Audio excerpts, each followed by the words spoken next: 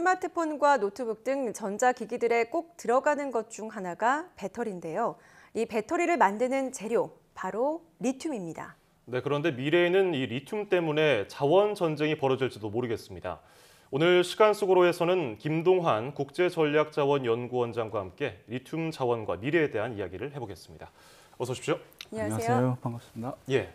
자, 일단은 리튬이라고 많이들 얘기하고 있는데 이게 정확히 어떤 물질인지 소개 좀 부탁드리겠습니다. 간략하게 소개해드리면요. 리튬은 자연계에 존재하는 금속이 80개 되는데 그중에서 가장 가벼운 그런 금속이 되겠습니다. 그래서 무른 금속이라서 금속임에도 쉽게 잘라지고요. 그런데 이제 신기한 것은 이 다른 무른 금속과 이렇게 섞게 되면 마그네슘이나 알루미늄과 섞게 되면 가벼우면서도 강도가 높아지는 그런 성질을 갖게 됩니다. 그래서 항공기 등 제작에도 좀 사용이 됐고요.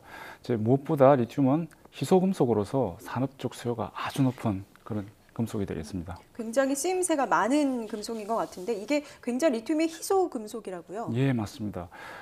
리튬 희소 금속인데요. 이게 이제 전 세계 매장량이 3,400만 톤 정도거든요. 그래서 가장 많이 이제 매장된 국가는 볼리비아와 칠레인데 그 확인된 매장량이 각각 900만 톤, 750만 톤입니다. 다음으로는 미국, 아르헨티나, 중국이 500만 톤 이상 묻혀 있고요.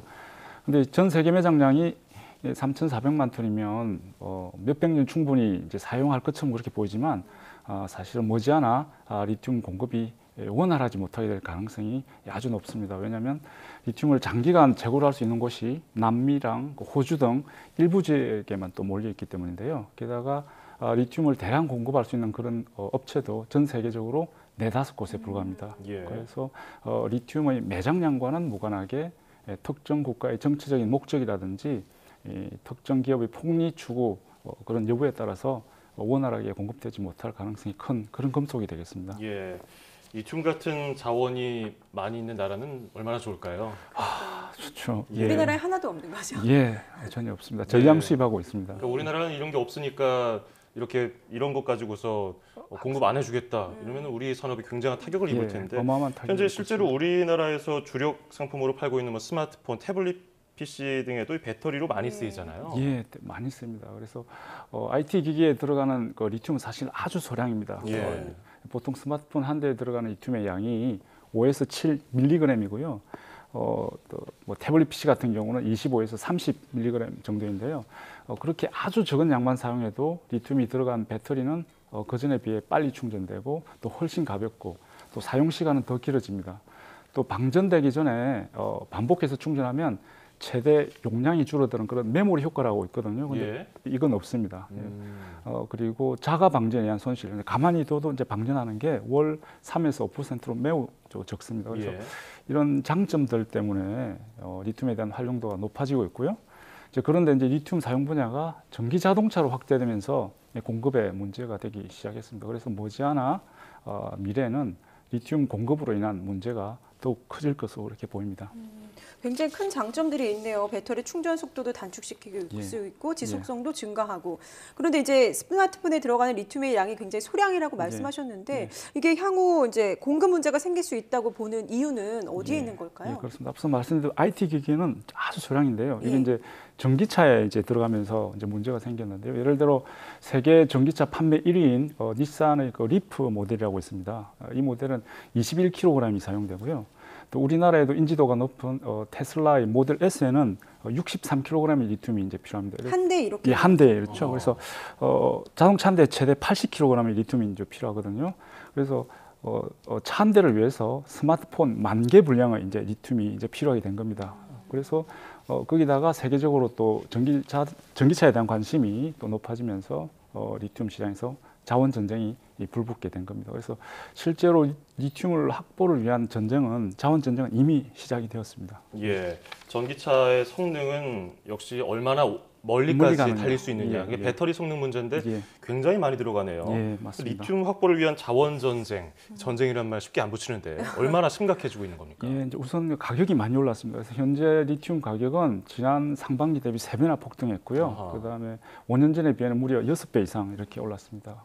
그리고 중국 같은 경우는 2016년에 리튬 수출량을 전년 대비 40%나 갑자기 줄여버렸습니다. 그래서 올해 더 줄일 것 같고요. 중국은 또 심지어 해외 리튬 생산 업체의 지분까지 공격적으로 사들이고 있습니다. 그래서 리튬의 생산 중심지인 남미뿐만 아니라 뭐 아프리카, 호주까지 손을 뻗쳤고요. 이걸 바탕으로 직접 해외 리튬 채굴에도 나서고 있는 그런 상황이 되겠습니다.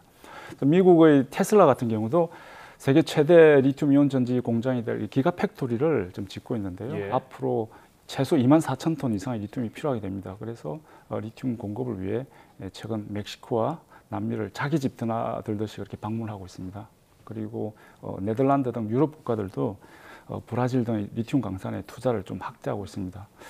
그런데 우리나라 또한 세계 최대 규모의 리튬 이온 배터리 생산 업체가 두 곳이나 있습니다. 삼성 SDI하고 LG화학인데요. 그리고 전량도 리튬을 수입하고 있고요.